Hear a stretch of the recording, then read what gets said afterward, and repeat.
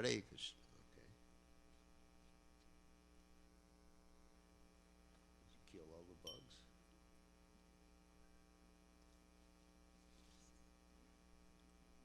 Thank you. Jaya Radha Madhava Kunya Bihari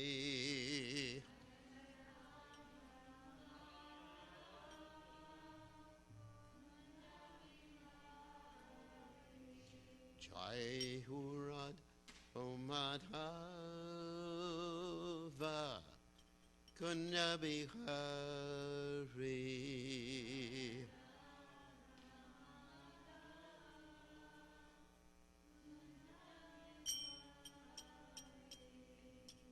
Gopi Janak Malaba Girivardhari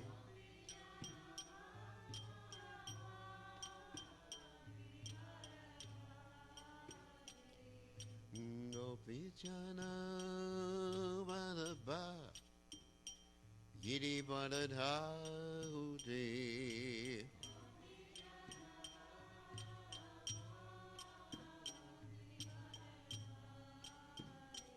Yasudanandana Braja Jana Ranjana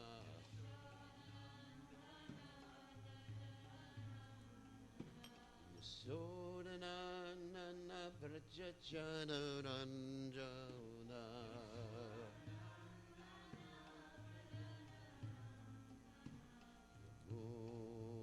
Munatira Vanachati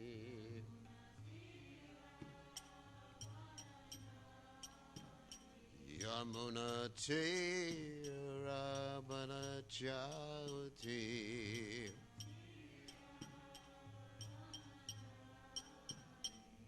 Jai Hurad Umadava Kunya Vihavuti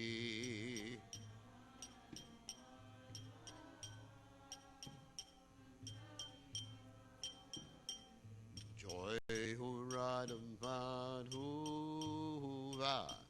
Kunya Vihadi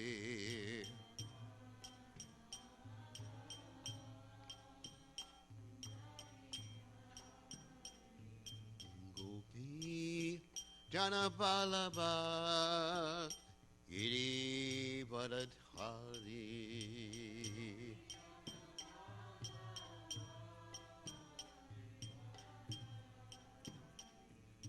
Gopi Janabalaba Giri Vadadhari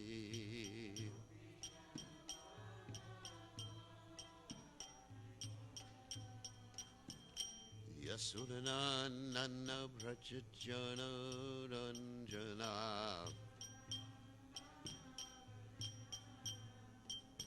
Yasudanandana Brajajana Ranjana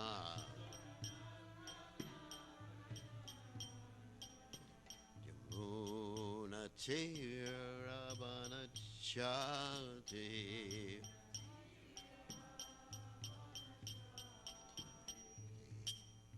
Yamuna Tera Vanachati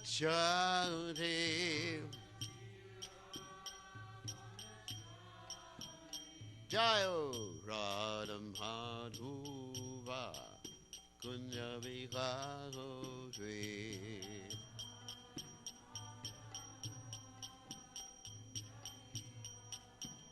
Jayo Radha Madhuva Kunya Vihari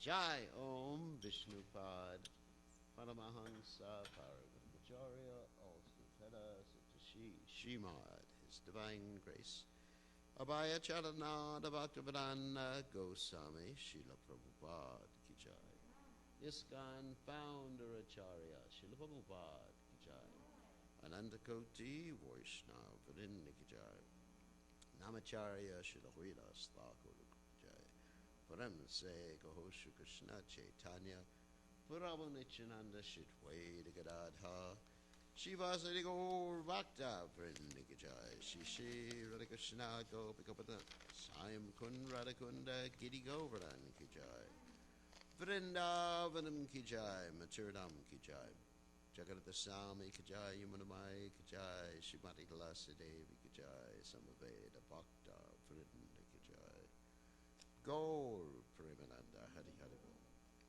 All glory is the assembled devotees. All glory is the assembled devotees. All glory is the assembled devotees. All glories to Shri Guru and Gauranga Shila Prabhupada Kijai Gaur Premananda Hari Hari Hari Bol. Nama Om Vishnu Padaya Krishna Vasaya Bhutale Shrimati Bhaktivedanta Swami Namani Namaste Saraswati Devi Gaurvani Pachani Nivashesha Shunyavadi Paschatya Dejatarni. So reading from Srimad Bhagavatam 10th Canto 22nd Chapter Text 26. Om Namo Bhagavate Vasudevaya.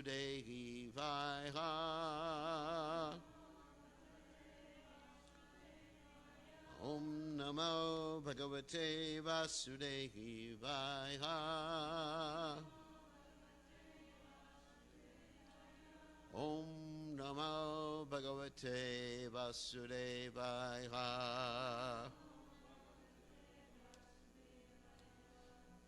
Na Mahi Aveshita Diham Kamaha Kamaya Kalpate Varajata Kvatita Danaha Prayo Vijaya Neshate Namaya Veshita Diham Kama Kamaya Kalpate Varjita Kvaptita Danaha Prayo Vijaya Neshate Namaya Veshita Diham Kama Kamaya Kalpate Varjita Kvaptita Dana Prayo Vijaya Neshate Namaya Vashita Diham Kama Kamaya Kalpate Varjitakva Tithadana Prayo Vijaya Neshate. Okay.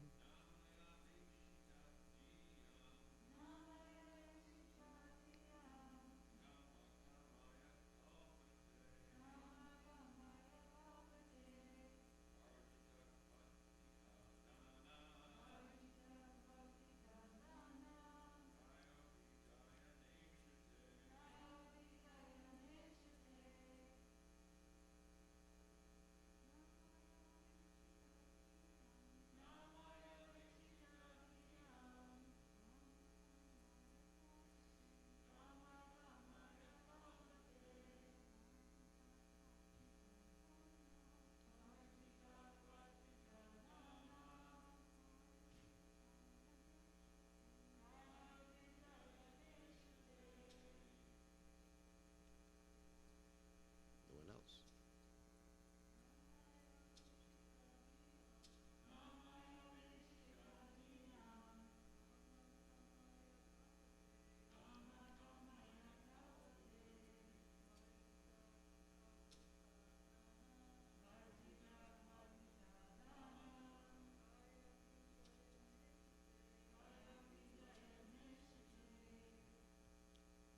Already. Na, not, mai, in me. Aveshita, fully absorbed. Hihong, of those whose consciousness. Kamaha, desire. Kamaya, to material lust. Kalpate, leads. Varajitaha, burned. Vatahitaha, cooked. Danaha, grains. Prayaha, for the most part. Vijaya, new growth. Nahishate, are not capable of causing. Translation, the desire of those who fix their minds on me does not lead to material desire for sense gratification, just as barley corns burned by the sun and then cooked can no longer grow into new sprouts. So you shouldn't like sprouts.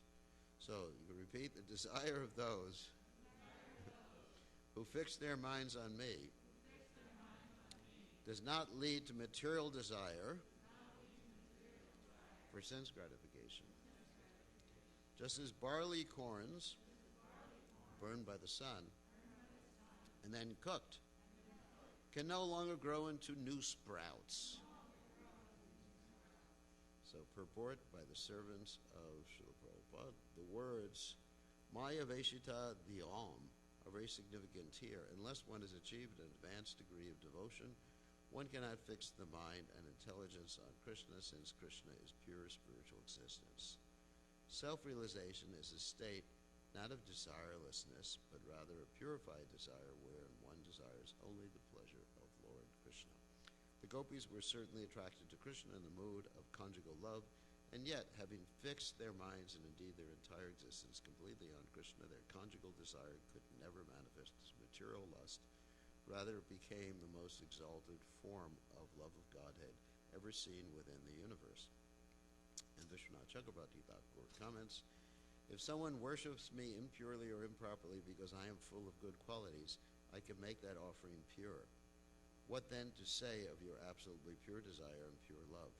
For those who are absorbed in me, their material desires do not result in sense enjoyment. Because of the greatness of the object of love, it results in the disappearance of material desire, just as barley corns, if roasted in the hot sun, are sown and moistened by water. It is impossible, naishate, for them to sprout, vijaya. Praya here means just as. Another reading of neshate is neshate. No, of nesate is neshate. According to Shukta, this is a traditional usage, and the other commentators say pretty much the same thing. So, whoops. Actually, let me go back to the verse. Let's go back to the verse. Naya Veshita Diham Kama Kamaya Kalpate Varjita Kvatita Danaha Prayo Bijaya Neshate. So, Om Gana Timiranda Shagaranjana Shalakaya Chakshur Medita Mina Tasmai Shivirave Namaha. So, this verse gives us great hope. This is not going to be another class with Raghunuga or Rasika stuff.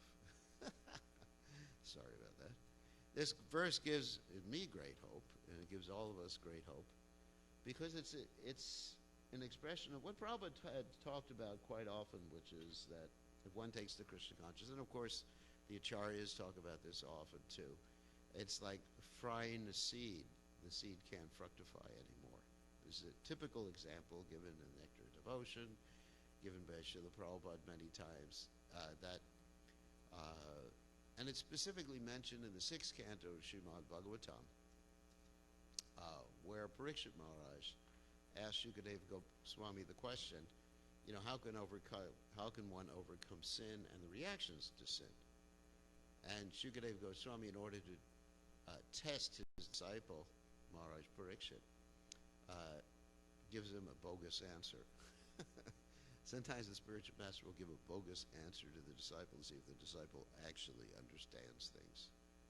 And so the bogus answer he gave was that one can overcome all these things by what? Prayaschitta. Prayaschitta means like atonement. Like in the religion that I was brought up in, you get 1 day a year to atone. It's better than Catholicism, where you atone once a week. You know, it's easier, isn't it? Just 1 day a year. Of course, what happens if you sin in between the atonement? So actually Catholicism is better, because at least you're absolved every week rather than once a year, isn't it? So you can look at that both ways. So anyway, that was the answer: atonement, prayaschitta, and Parikshit Maharaj said, it's not going to work like that, because just like Kunjara Sotra, like an elephant who goes bathing, throws dirt on himself again, and then ultimately, the point was that the only thing that'll free one from sinful reactions is frying the seed by the process of devotional service. So that gives us great hope. So what do I mean by great hope? Well, let me make reference to a verse in the Bhagavatam: Akama, Sarvakama, Moksha Kama Dharati, Tivrena Bhakti Yogeni Yajeta Purusham Param. It gives us great hope because this verse states that whether you're full of material desire, free of material desires, full of material desires, or even desirous of liberation, or have no material desires, then moksha kama udarati, then you should worship Krishna enthusiast divrena bhakti yogeni yajeta purusham param. And so you really don't have to start to feel guilty. So that's the point.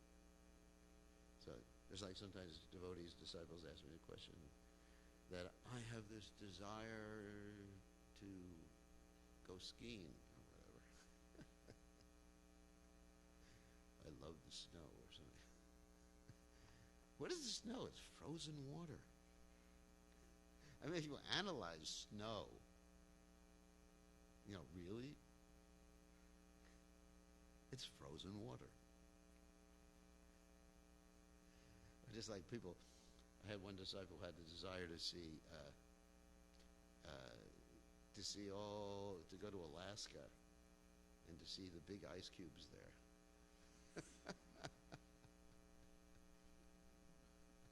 I said, no, you just take a piece of a glass of water and put some ice cubes in it and look real closely. It's the same thing. It's no difference.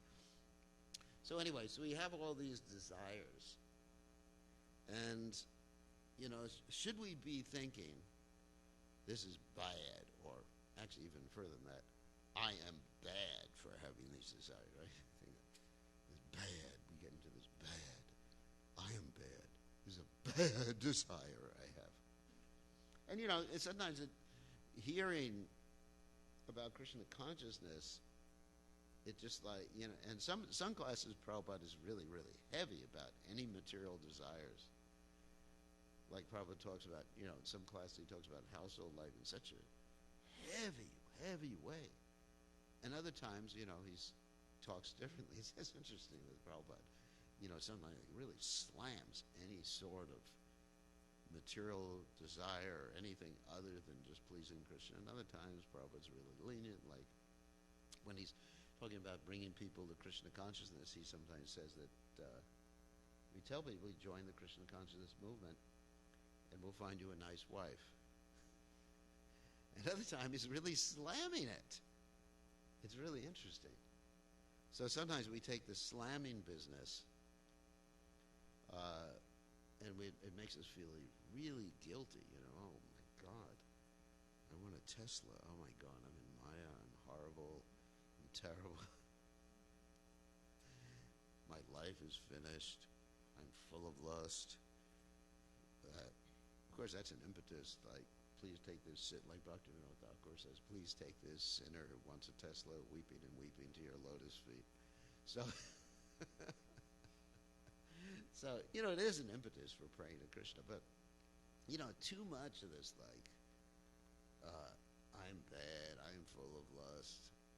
It's hopeless. This is a bad desire, like that. I mean, obviously to eat meat or something, that's bad. As saw one video the other day where there was a girl talking. She said, I used to be a vegan, and my body was telling me, you got to eat meat. And then I ate meat, and I felt so much better. Yuck. That's bad. But the only way I can speak more in the mic is if I put it in my mouth at this point. Someone could turn up the volume in there. I mean, on the internet, on my thing, they can hear me, but it's just, I think they can hear me. Yeah, mine is on. If you can turn up just the main volume. Not here. No. The main volume. The main volume. I mean, I don't want it any closer to my mouth. Otherwise, because I do move, and I could lose my teeth. And this is the only set I have right now. So anyway, so the point is not to feel guilty, but even to use those desires to try to get yourself to be more enthusiastic about Krishna. Like if you see snow, you think, oh, this is Krishna's energy. I mean, that's one thing you can do. Or you can think how much fun Krishna has in the spiritual world. There's snow there too, but it's not cold. It's not just frozen water and you got to dress up real warmly. Anyway, so I mean, there's ways to transform that, but the main thing we should understand is that whatever reason you have for coming in contact with Krishna, whatever else is happening, it's all like static at the same time. You'll get purified as long as you stick to Krishna consciousness. And whatever reason one comes to Krishna consciousness, I mean, and I'm going to tell stories about this, because obviously it's leading to stories which I like to tell, and not about the gopis. So whatever reason one comes to Krishna consciousness and is focused in Krishna consciousness, one will get purified. And here's one interesting story told by Prabhupada. Once upon a time, there was a thief, and he just wanted to make money. Prabhupada told the story.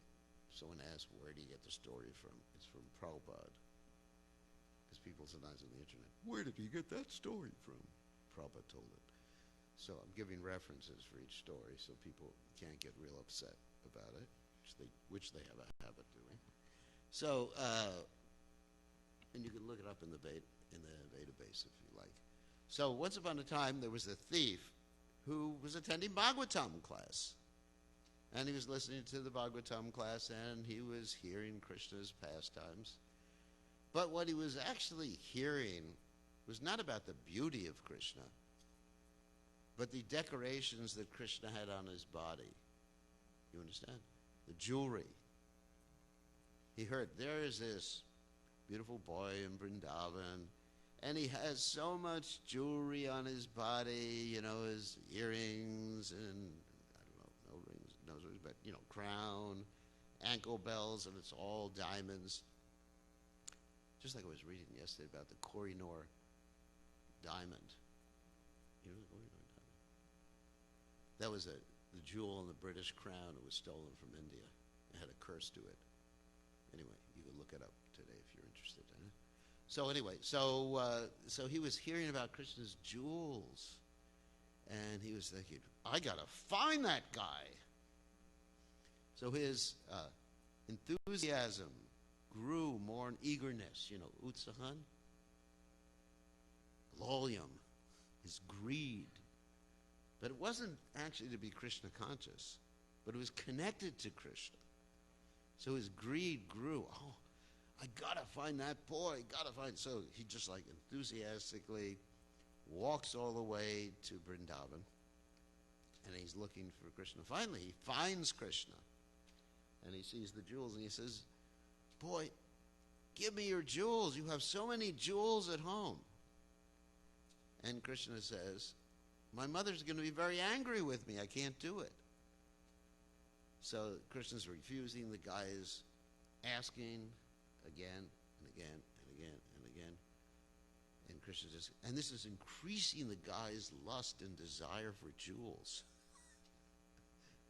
But it's connected to Krishna, which is really cool.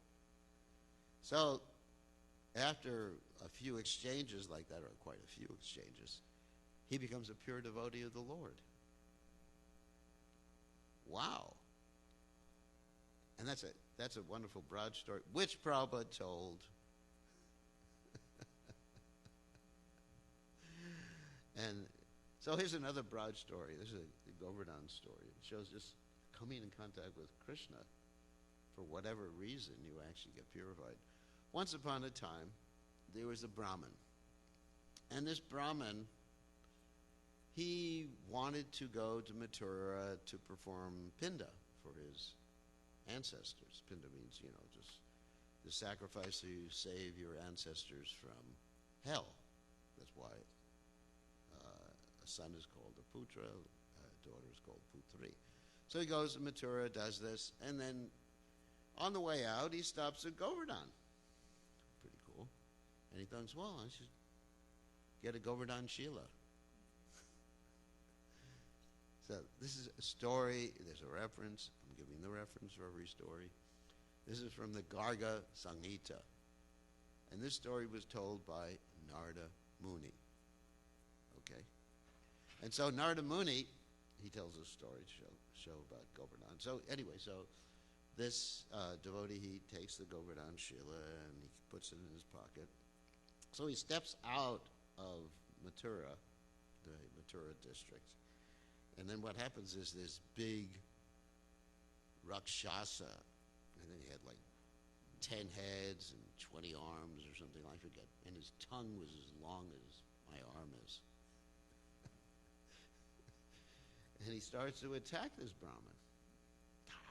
Prasadam, Sarira Vijaya. He starts to attack the Brahmin. And the Brahmin doesn't know what to do. He's a Brahmin. He doesn't carry a bow and arrow or any weapons or anything like that. So what does the Brahmin do? He says, well, the only thing I have in my hand is this Govardhan Shila. So he throws it. To protect yourself, sometimes you got to do what you got to do. So he throws it at this big Rakshasa guy. And immediately the Rakshasa guy turns into 4 hands, Vaikuntha, because it wasn't in Vrindavan, so he didn't become a gopi. So he attained Swarup Siddhi. Swarup Siddhi means you take the same form as the Lord. And so in the Garga Samhita, there's a whole description after this, how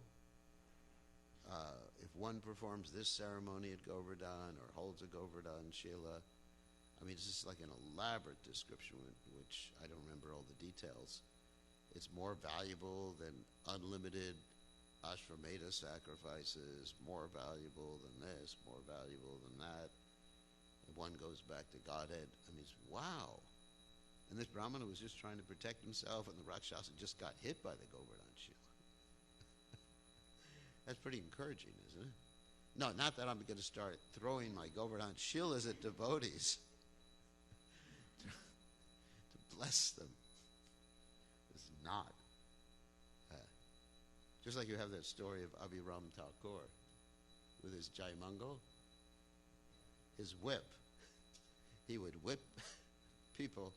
One time he was whipping Srinivasacharya, and his wife, that's Abhiram Thakur's wife, stopped him. Don't hit him anymore, he'll become more ecstatic. Stop already, stop hitting him. So anyway, that's another story that proves the point. Actually, the Vedic literatures are full of stories like this. Another story from Chaitanya Mangal, Indrajit's story, was another story about a thief. And this thief actually had a whole band of thieves. What does that mean, a whole band? Like a group of thieves. He's a dacoit, actually. And he was looking to steal. So one day he saw that there was this great devotee of the Lord who was like 7 or 8 feet tall. His name was Lord Nityananda. And he had jewelry all over his body. I mean, Lord Chaitanya Mahaprabhu did not wear jewelry, at least after he took sannyas. We were talking about Lord Chaitanya's sannyas in the evening class. How Lord Chaitanya apparently took sannyas in the Shankara Sampradaya, Bharti Sampradaya of the Shankara Sampradaya. But actually he didn't, because he initiated his sannyas guru before his sannyas guru initiated him. You know, he whispered the mantra. He said to his sannyas guru, "Is this the mantra you're going to give me?" And the sannyas guru got initiated. And then the sannyas guru, Keshava Bharti, gave him the same mantra that he had heard from Lord Chaitanya. So really, Lord Chaitanya was not a member of the Shankara Sampradaya, but apparently, externally, it appeared that he was. So he could be respected, because that was the respected sannyas sampradaya in that part of India at that time, although there was Vaishnava sannyas in other places, such as in South India. So anyway, so Lord Chaitanya did not wear jewelry. He was a perfect sannyasi. Vairagya Vidya Nija Bhakti Yoga Shiksharta Eka Purusha Purana Shri Krishna Chaitanya Shavira Dari Kripam Buddhya Yastram Aham Prabhadye. But Lord Nityananda, he was decked out. And so this thief saw Lord Nityananda. You know, for the wrong reason he was attracted to Lord Nityananda. Completely wrong reason. So the reason I'm telling these stories is so you don't feel real guilty. You know, if some other desires in your heart, you know. So he's attracted for the wrong reason. Just like Krishna says in the Gita, Chatur Vidha Bhajanti Mam. People come to him for various reasons. People come because they want wealth. Some people in the early days of the movement came just because they had to wind down after an LSD trip. You know, they woke up in the temple that morning. So, where am I? Hare Krishna, time for Mangalarti. Oh, what Mangalarti? Am I still high? Yes, you're really high. This is really high. Chatur Vida Bhajanti Mam. Generally, people come because they want wealth, they're inquisitive, or they're looking for knowledge, or they're in distress. And in Kali Yuga, they come up with more reasons, because they're coming down after an LSD trip. Anyway, so you know, that's the reason I'm telling the story. So anyway, so here's let's get back to the story. So here's this thief, and he's looking at Lord Nityananda. Wow, I gotta have the money. So he gets together with his band of thieves, and they're discussing, we're going to really steal tonight because they're having this kirtan. Wait till the kirtan's over, and they're talking to each other, talking about Lord Nityananda and the jewelry. So it's not that they're just contemplating the jewelry; they're contemplating, this is the way he looks like, you know, like that. So they're contemplating that, and then while they're contemplating that, they just fall asleep. You know, they go. You know, they're really enthusiastic. So here we're talking about utsahan, you know, like eagerness. That's the real point. That's the price for pure devotional service. Even if one's eager for the wrong reason, if one comes, as long as one doesn't commit offenses. I just put that caveat right there. As long as one is eager, it doesn't matter because you like to dance, and you come to Krishna consciousness, that's good. Doesn't matter. And Prabhupada was like, if you look at people dancing the early days of the movement, isn't it? In 26 Second Avenue, it was wild. You know, everybody had a different style. You can imagine, like, 25 people in this temple room, everyone dancing differently. Pretty cool. So, because most people here don't dance. Anyway, so apart from that, so they fell asleep, and so they were thought, we fell asleep. So let's do it tomorrow night. So the next night, they're planning it all out. They come out at the right time to steal the jewels. And they look outside of the house, and there's these like 20, 10-foot tall Vaikuntha guards who are chanting the Hare Krishna mantra. Hare Krishna, Hare Krishna. They said, this is not the right night. So we have to let us worship the goddess Chandi. So this is very similar to the Katyayani Brat. So they worship the Katyayani, different form, goddess Chandi. And they're just thinking, all right, we got to do it, And so they wait a few days or weeks or whatever, and then they think the guards must be gone by now. So they come out. But this time they've been meditating on Lord Nityananda for a long period of time with great eagerness. So they come out, and then all of a sudden the sky turns black, and basically it's described there's almost like pus coming from the sky, and anyway, they fall into the ditches. They're bitten by the alligators, or no alligators, crocodiles, and the worms are biting them, and they're blinded. They can't see. Somehow or other, they can't see. Then they come to the realization, boys, we've done the wrong thing. And then in their minds, the head guy surrenders to Lord Nityananda. And then he is able to see, and they become great devotees of the Supreme Personality of Godhead. Simply because they were meditating on the Lord for the wrong reason. I'm not suggesting that. So, I mean, I can go through one story after another, and let's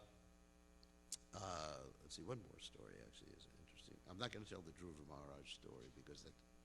What?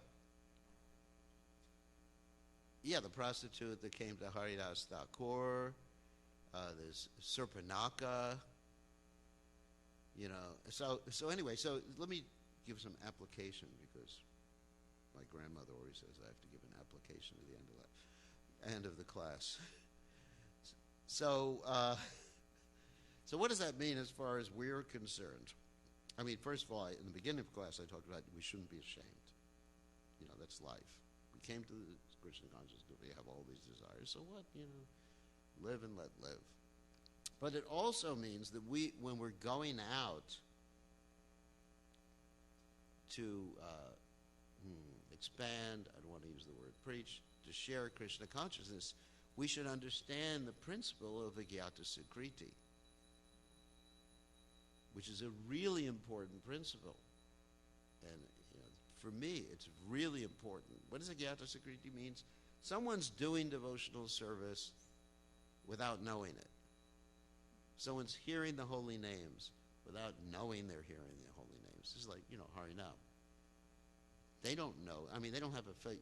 You don't hand out a piece of paper with an elaborate philosophical explanation to everybody, and then you start chanting. You start chanting. Like the example as I heard Prabhupada on the radio. And then also, prasadam distribution. However, there's a caveat to this whole thing. It depends on the purity. Krishna Shakti Vinana He Tari Pravartana. Kali Kalera Dhamma Krishna Nama Sankirtan. Krishna Shakti Vinana He Tari Pravartana. It depends on the potency. Just like one time, my hearing from Prabhupada changed my whole life. So let's talk about prasadam, for example. It's not that just because we're Hare Krishna devotees and we cook vegetarian food that the prasadam is potent. Krishna, we do have Krishna's statement in the Gita, Patram Pushpam Twalam Toyam Yome Bhakta Prayachati. Things have to be offered with love and devotion. So it's not that, just like to distribute prasadam, you put something on the altar and say, Om Tat Sat, thanks a lot. Rub-a-dub-dub, thanks for the grub, whatever. Or you say your mantra without attention. That's called niyamagraha. You do something niyamagraha ritualistically, then whether Krishna accepts or not, I can't say. But it's certainly not going to have the potency. Or if you're personally sharing or the holy name, talking about Harinam, or preaching Krishna consciousness, if you yourself are not Krishna conscious, it's not going to act, or it's not going to act as much as it could have acted. So that's really the point. I mean, these thieves, they were meditating on Lord Nityananda. I mean, there's no question of Lord Nityananda's spiritual position. Balaram Hoyla Nitai. He's Balaram. And there's no question of the Govardhan Shila, being thrown. It's Krishna, don't throw it, or I'll kill you. So there's no question about, Krishna wearing jewels not being pure. But there is a question about us not being pure. So when we're talking about prasadam distribution, not that you just hire a cook, because it has to be cooked with the right consciousness. It has to be offered with the right consciousness. Then it is actually potent. And there might even be degrees of potency. It's not just like a binary, this is prasadam, this is not prasadam. Krishna accepted this. No, because I know when you would take some prasadam that was offered to, that cooked by Srila Prabhupada, offered by Prabhupada, that was like, boom, like an atom bomb. And some people, maybe like a firecracker. And other people, it may be like a dud. I don't know if you know what a dud is. Anyway, so it's a question of our own purity. Like Prabhupada, one of the things Prabhupada said was, purity is the force. It's a really interesting statement. Of course, books are the basis, utility is the principle, like that, preaching is the essence.